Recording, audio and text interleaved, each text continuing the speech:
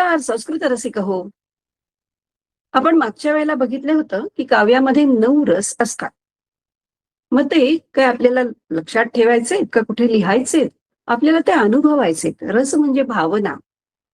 त्यातला पहिलाच होता शृंगार रस.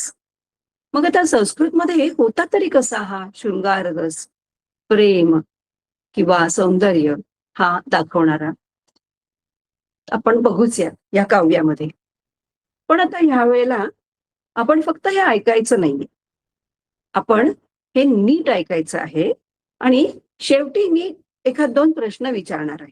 त्यातला एक प्रश्न आत्ताच विचारते म्हणजे तुम्ही नीट ऐका. ह्या काव्यावरून तुम्हाला कोणत्या गाण्याची आठवण येते? लेखिकाही जमलं तर तुम्ही सांगा. ठीक आहे? तर सुरू करूयात. काव्य असं आहे. यः कौमारहर स एव हि वर ता एव चैत्रक्षपाः तेजोन्मीलितमालती सुरभयः प्रौढा कदम्बानिलाः सा चैवास्मि तथापि तत्र सुरतव्यापारलीलाविधौ रेवारोधसी वेतसी तरुतले चेत समुत्कंठते. अर्थ बघूयात. यः म्हणजे जो, यः कौमारहर जो माझं कौमार्याचं हरण करणारा किंवा पहिला प्यार म्हणूयात हवं तर, जे माझं पहिलं प्रेम, स एव हि वर तोच माझा पतीही आहे. ता एव चैत्रक्षपाः त्याच चैत्रातल्या चांदण्या रात्री. चांदण्या शब्द इथे नाहीये ह. चैत्रक्षपा त्याच चैत्रातल्या रात्री. तेजोन्मीलित तेज उन्मीलित मालती सुरभयः आणि तेच उमललेल्या मालतीच्या फुलांचे सुवास. सुरभी सुरभयः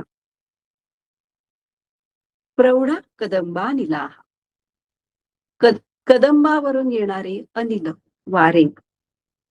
प्रौढ भरभरून येणारे. तेच कदंबावरून भरभरून येणारे वारे. पुढे म्हटलं आहे साचैव अस्मि मीही तीच आहे.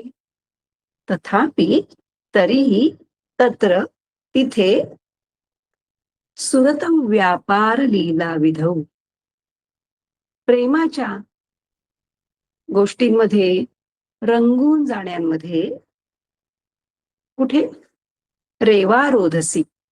रेवा नर्मदा, रोधस म्हणजे तीर.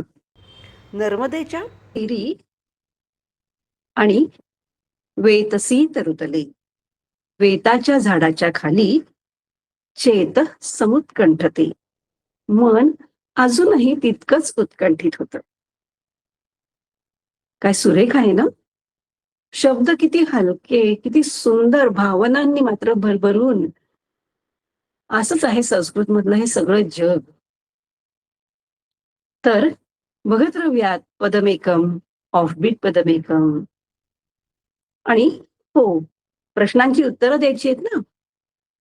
आपल्याला ह्या गाण्यावरून मराठी कुठलं गाणं आवडतं, त्याच्या लेखिका कोण हे सांगायचंय. आणि दुसरा एक प्रश्न, सुरभी सुवास त्याचं बहुवचन होतं इथे. सुरभी सुरभयः.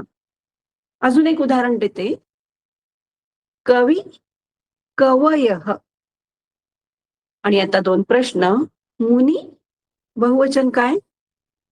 आणि अजून कपी, कपी म्हणजे माकड. कपी त्याचंही बहुवचन आपण कॉमेंट्स मध्ये मला सांगायचं आहे. असंच प्रोत्साहन देत जा. शुभम भवतु.